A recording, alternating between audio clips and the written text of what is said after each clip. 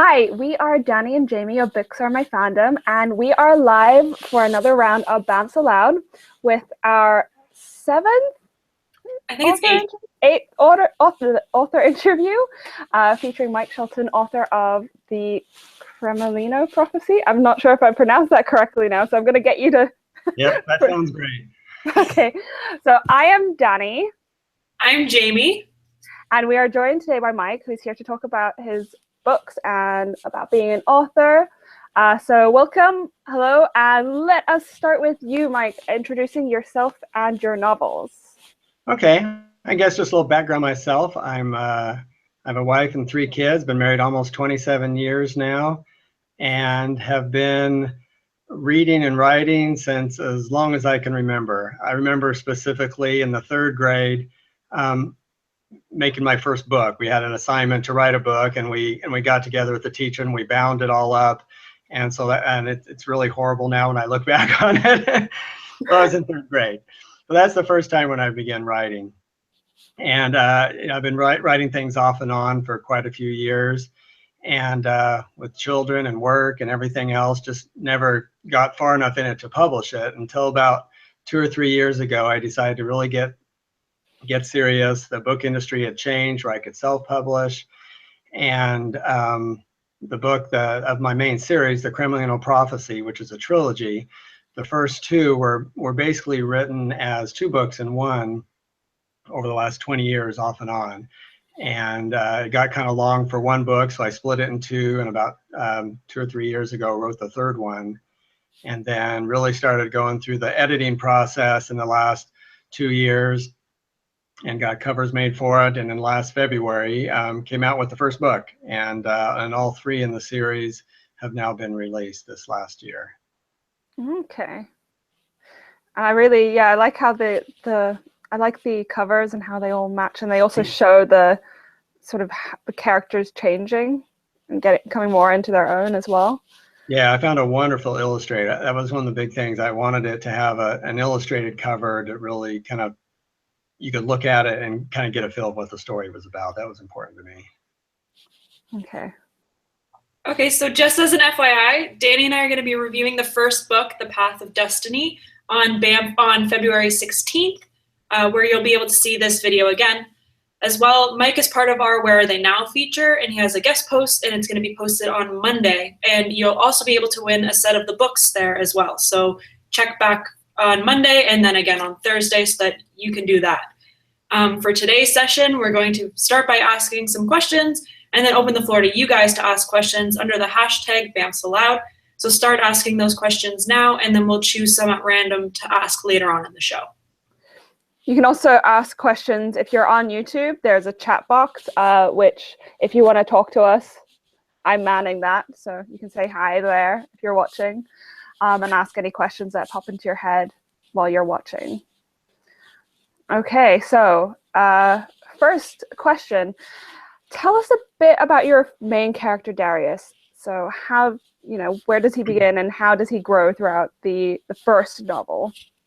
Okay, well, without giving away too much, because you don't want to give away the main parts of it.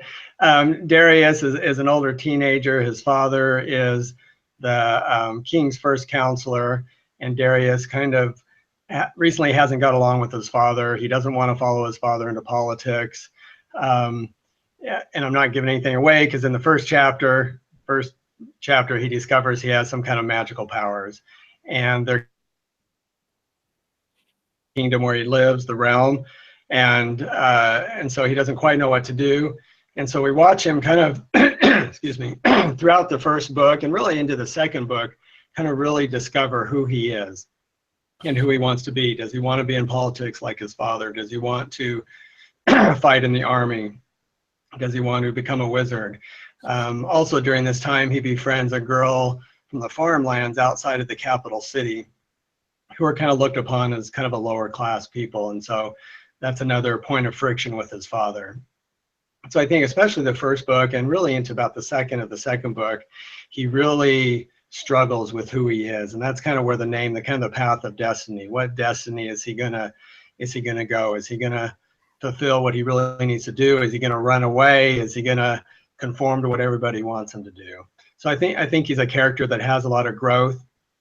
I've had a little bit of pushback by the end of the first book. Some people aren't quite sure if they really like him or not, but I would just kind of tell people, just hang in there. We all have problems in our life as teenagers. We all do dumb things, and hopefully he'll come out on top, and you'll like him in the end. All I can say is, like, even just listening to what you were saying there, I can relate so much. Like right now, because I'm studying and I have to go and check in with the careers advisor, and he's like, what do you want to do? Where do you want to go with this? And then I've got like my parents and, you know, friends and stuff. They're all going, well, you should do this, you should do that. I'm like, what do I actually do? So that's a very relatable thing. And I mean, we're not perfect. We do stupid things. So he's right, that characters do stupid things. Oh, speak for yourself there, Danny. Like, I do stupid things. I hope he's kind of a real character, and it's funny because some people will leave reviews and say, well, I don't, why did he do that? That's not like the hero is supposed to do. And it's like, I don't want a hero that's perfect all the time. And our heroes are flawed. They make mistakes. They may, like somebody they're not supposed to like. They may use their powers in a way that's not good at first as they're trying to figure them out. And so, hopefully it's a way a normal, 17, 18-year-old person would act. Exactly. I mean, what 17-year-old has their life figured out? Jamie, don't butt in there. I know you didn't have your life sorted out at 17. No, I did at 18. No, I was pretty much good to go. Yeah. I have two daughters in their 20s, and one that's 18, my son that's 18 right now. So I see kind of the teenage antics all day long. Man, I still remember mine. Yeah, like, it's really great though, because I joke, but I definitely don't have my life figured out. And I also get the questions of what am I going to be doing, and should I follow this footstep or that footstep? But I think it's really important to see people make choices that maybe aren't necessarily the best, but it's what they think is the best at the time.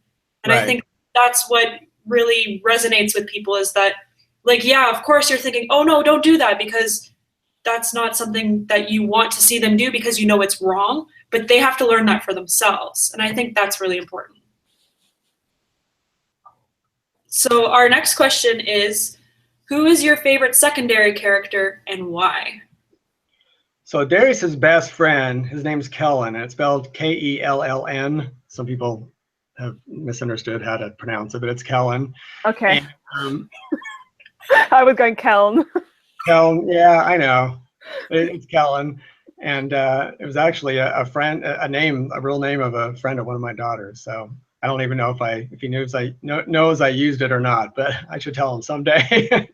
But he's a fun character. He's somebody that likes adventure. He doesn't think about what he's going to do ahead of time. Darius kind of thinks things out. He's a little more plotting.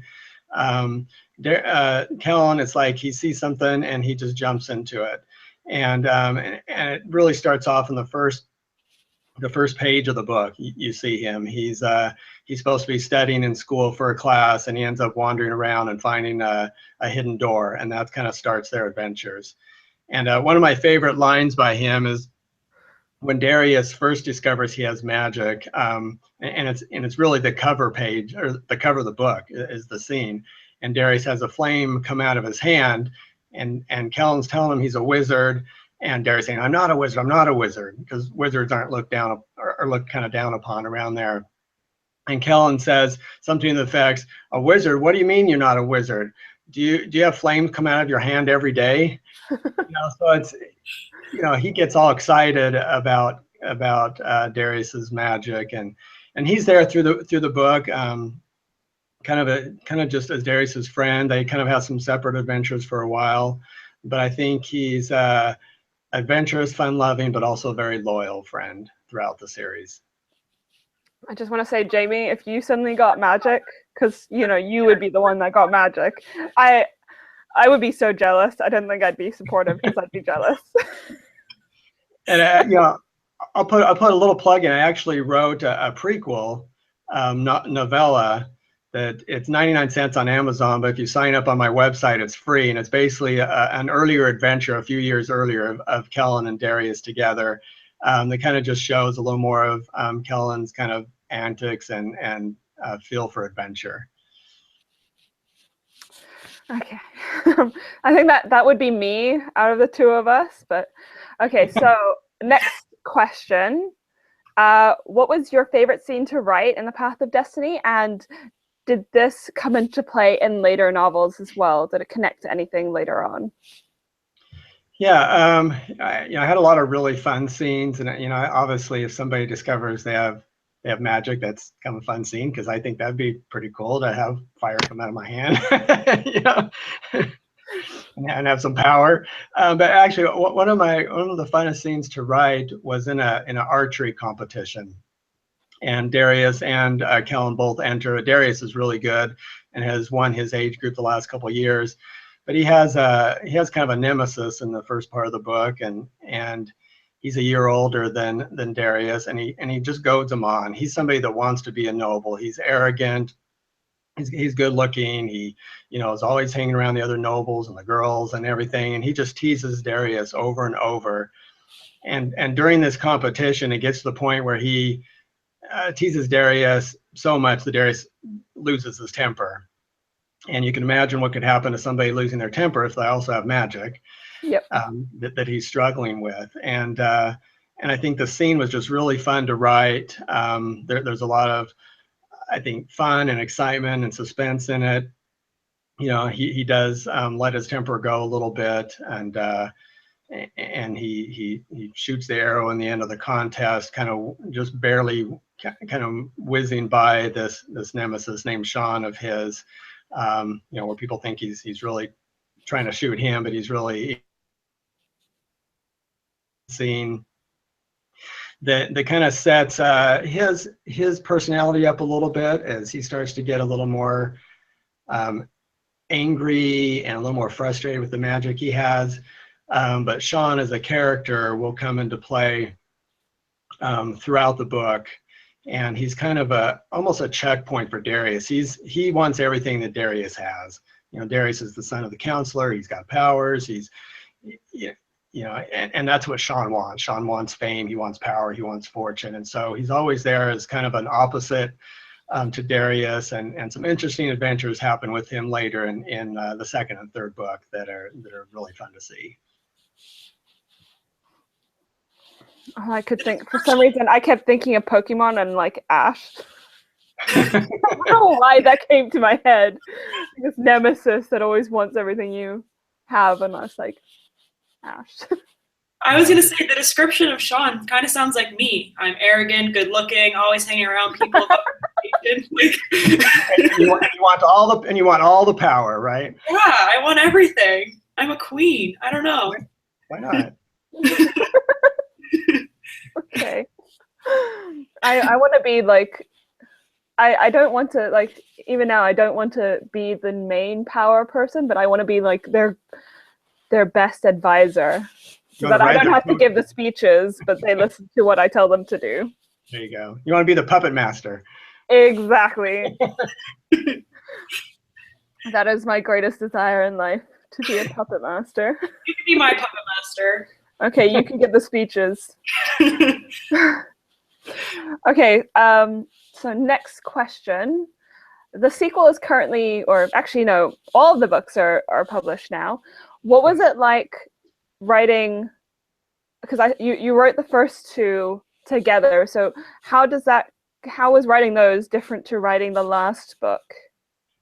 It was interesting because I wrote the first two, was really one book, and I had to kind of find a place to cut it out. And so the first book is a little more, leaves you hanging a little more for more. But the second book is there. So there's a little more wrap up in the second one, but still leaves a good amount of story to finish up in the third book.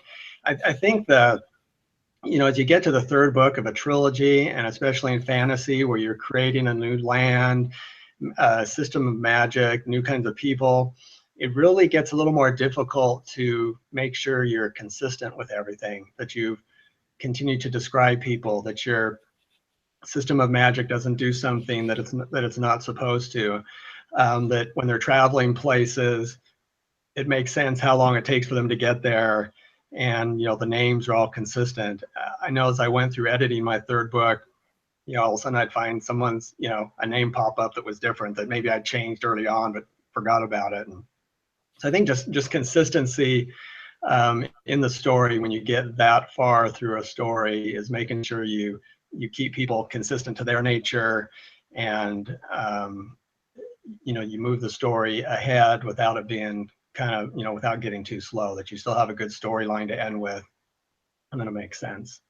Okay. But it was fun. It was kind of a nice, I feel like the second and third book really kind of raised the level of action, and so it was fun to kind of finish off a story, but still maybe hopefully leave it open for some other sequels later.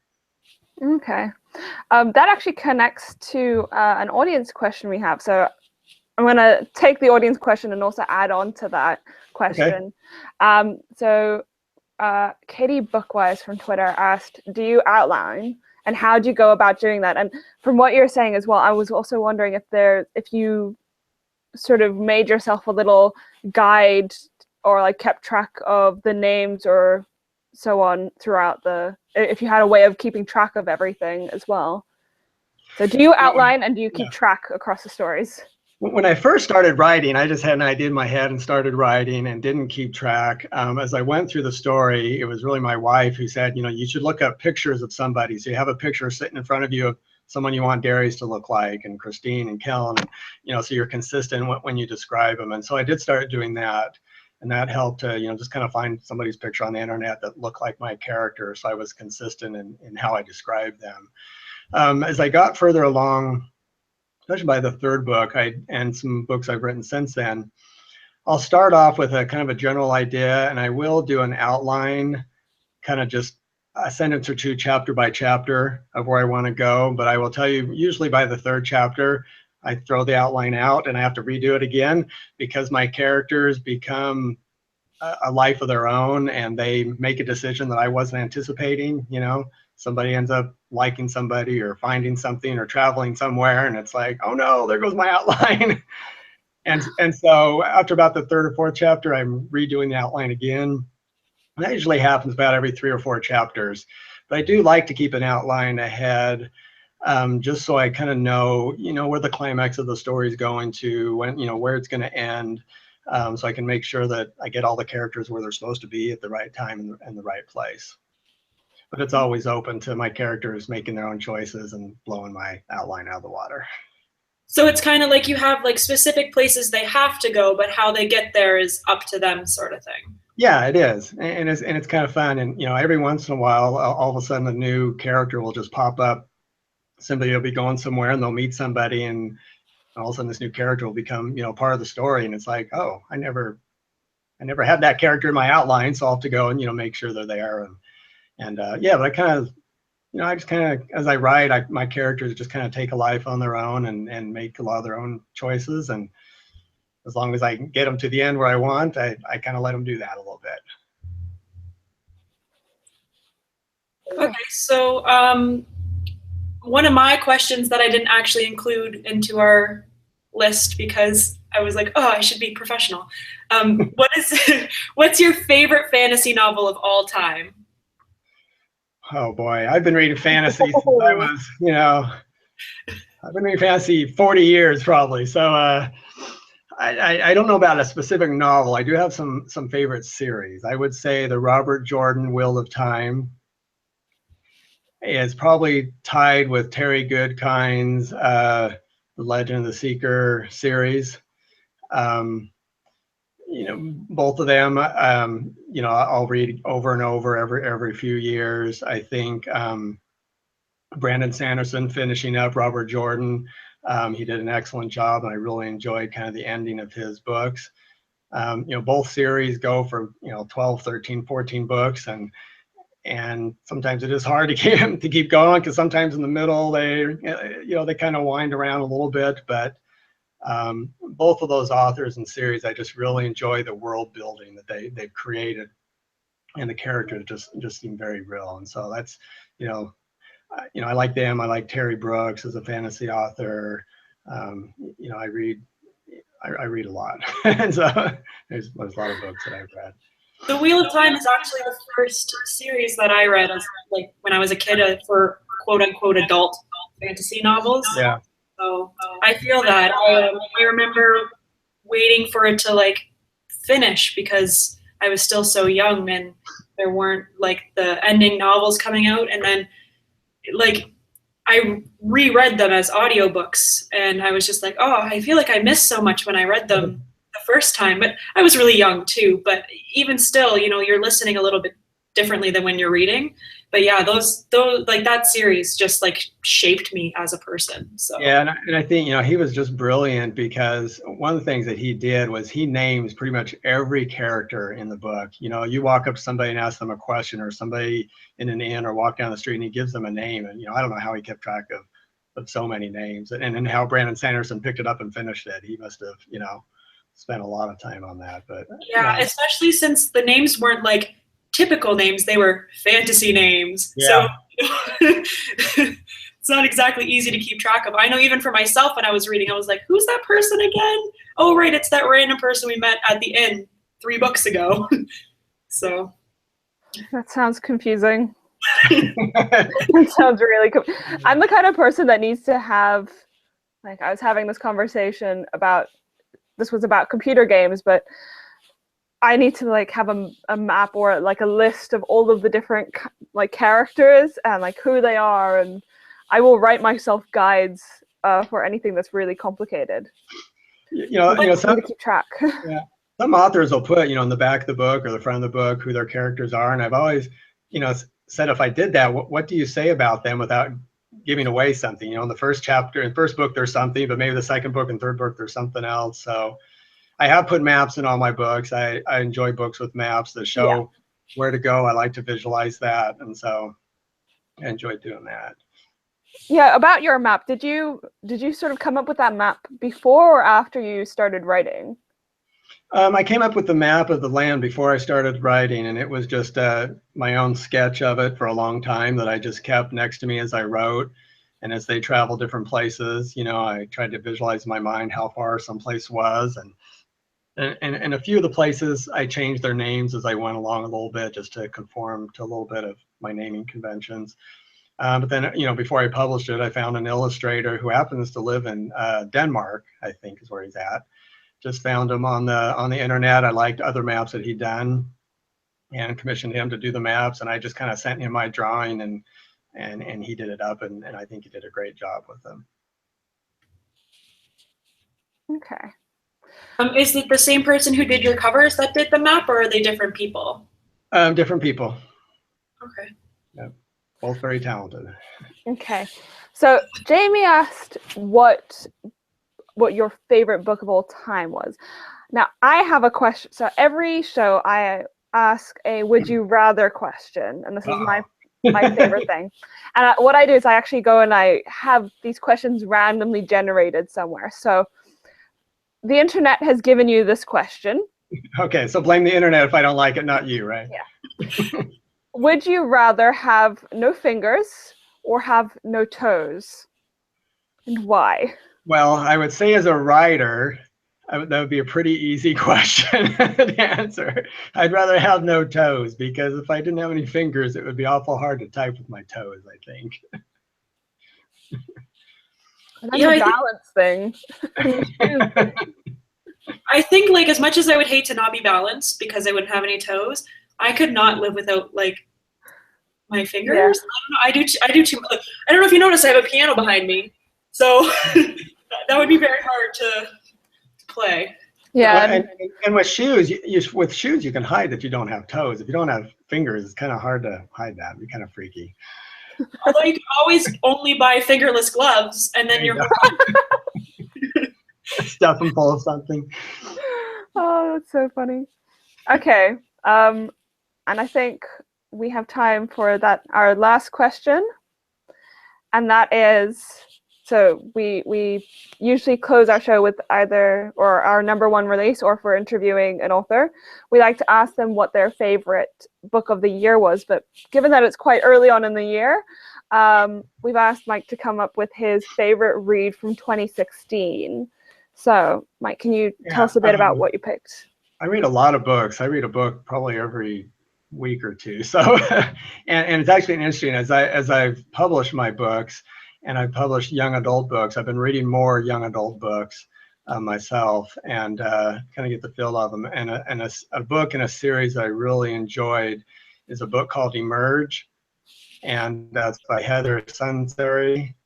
And it's kind of a dystopian type of action, romance, adventure story, and it takes place kind of after disease had wiped out a lot of the world, and it's with teenagers basically trying to make their way in the world and find their mark. And I just really enjoyed kind of the relationships that she created in them, and kind of the world, the futuristic world that she created. Okay. So it's a little different kind of read than I usually read, but I really enjoyed it. Yeah, we went from like fantasy to science fiction. Yeah.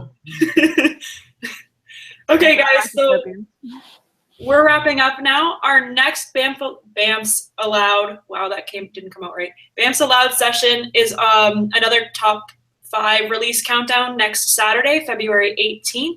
Same time, same place. A little different format because Danny and I will be talking about upcoming releases and books we've read. And because we haven't done one of these in a while, it's going to be books we've read since the last time we did a show, which is a lot. Thank gosh. Well, I mean, actually, like, not a lot because I'm not reading. Well, I'm including December because we didn't do a show in December, and I read 22 books over those 2 weeks. So you can just talk the whole time, and I'll just sit here looking guilty. Once again, you can see us review Mike's book on the 16th, and his post is on Monday for Where Are They Now, and you'll be able to win a copy of the books themselves. Just as a final note, I'm going to be at the Caraval event on Monday at Schuler Books in Lansing, Michigan, which features Stephanie Garber, who wrote Caraval, and Ellie Blake, who wrote Frostblood. So if you're in the area, make sure you come out and say hello to me, not them. Just say hi to me. You're the only one that matters. Yeah. So thank you again, Mike, for joining us. We're going to tweet out links where to find his books, and you'll see everything again next week. Yeah. And yeah, thank you to people tuning in. Thank you to Katie for your question. That was really, really nice of you to ask. And we will see you all next week. Bye. Thank you very much for having me. I appreciate it.